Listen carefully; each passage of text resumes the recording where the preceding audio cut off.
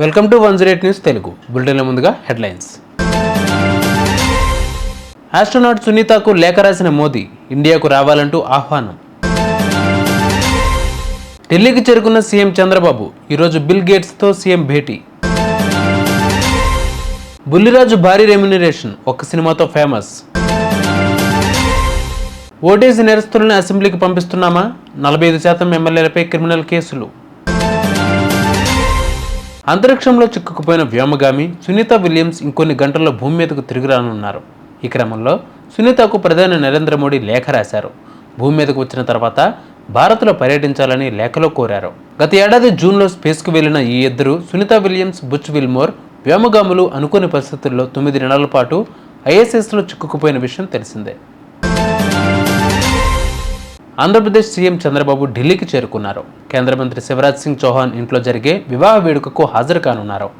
ఈరోజు ఆయన Microsoft co-founder bill గేట్స్తో భేటీ కానున్నారు.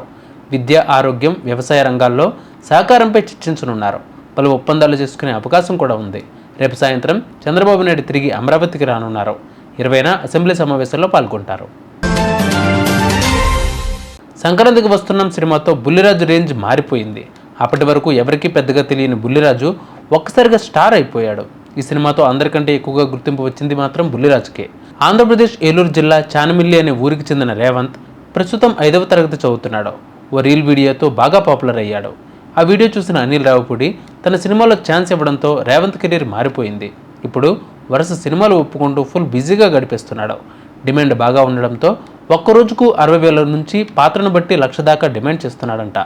నిర్మాతలు కూడా అంత ఇచ్చేందుకు ఓకే చెప్తూ ఉండడంతో మనోడు ఇంకా రెచ్చిపోతున్నట్లు సమాచారం. ఇల్లు ఉండగానే దీపం చక్కబెట్టుకోవాలనే సామెతను బుల్లిరాజు బాగానే వాడుకుంటున్నాడు. దేశవ్యాప్తంగా 4,092 మంది ఎమ్మెల్యేలలో 1,861 మందిపై క్రిమినల్ కేసులు ఉన్నట్లు ఏడీఆర్ నివేదిక వెల్లడించింది.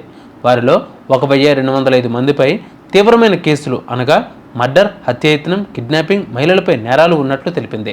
79% ఎమ్మెల్యేలపై కేసులతో ఆంధ్రప్రదేశ్ టాప్లో నిలిచింది. ఆ తర్వాత కేరళ, తర్వాత తెలంగాణ, బీహార్, మహారాష్ట్ర, తమిళనాడు ఉన్నాయి. తీవ్రమైన కేసుల్లోనూ ఆంధ్రప్రదేశ్ అగ్రస్థానంలో ఉంది అని పేర్కొంది. చూసారుగా ఇవాళ బులెటిన్ అప్డేట్స్. మరిన్ని అప్డేట్స్తో మళ్ళీ మీ ముందుకు వస్తాను. అంతవరకు కీప్ వాచింగ్ 108 న్యూస్ తెలుగు.